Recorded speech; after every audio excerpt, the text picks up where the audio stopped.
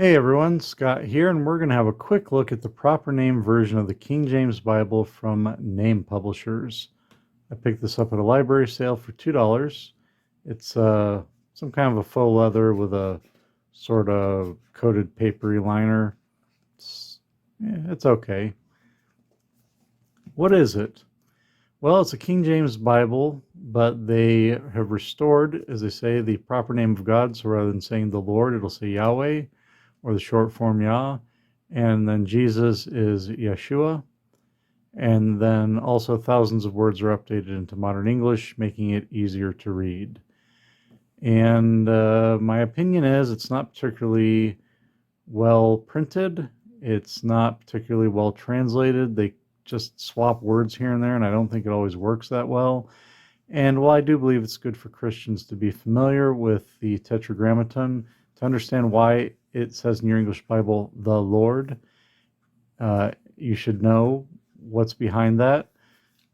You know, Yahweh is pretty well accepted, but it's not necessarily, we're not 100% sure that's how it was said. We don't have the original vowels. So, I think it's fine to use, but I don't think it's as necessary as they do. And they go into why that they believe that, and a lot of other things. They completely misrepresent modern Bible scholarship, and we're not going to get into all their various opinions on things, but let's go ahead and look at the text, and then we'll look at some examples. So it's a single column. Like I say, it's King James with some changes.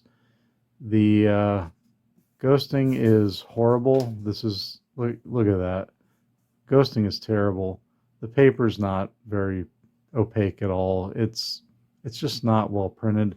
It has an index, but the index is so, like, for such large sections as to not be all that helpful, really. But yeah, it's kind of nice in some ways and then not in others. It's an interesting how they made this Bible. But we're going to look at some examples where they changed words, and I'm going to show why I feel it's just not very good. It's not something I would want to read from.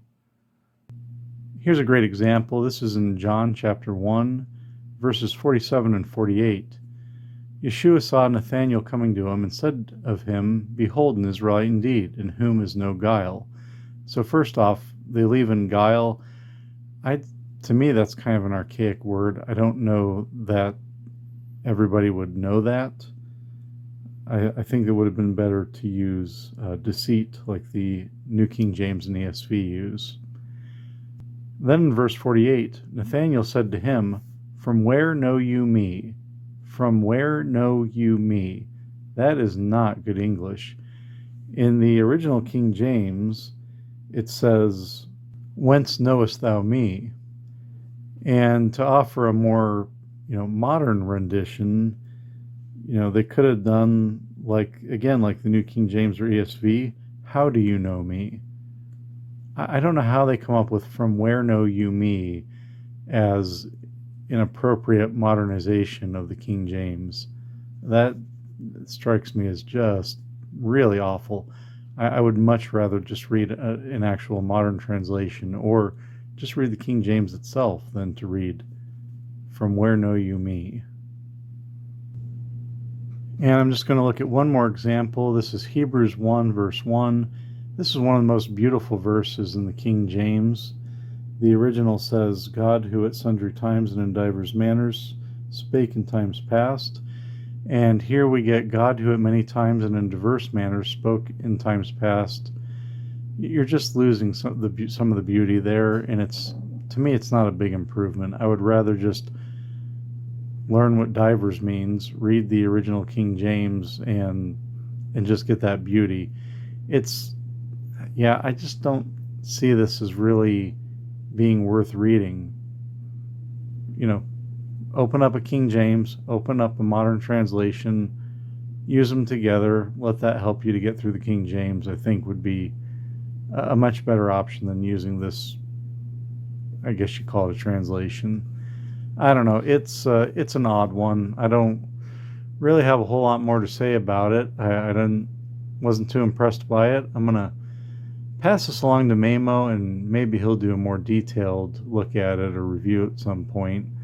I'm sure he's got a stack of things to get through already, but yep, picked it up at the library sale and just wanted to share it real quick. Not one I'd recommend. But love to hear what you think. Please leave me a comment below if you'd like to share something. I invite you to subscribe if you haven't already.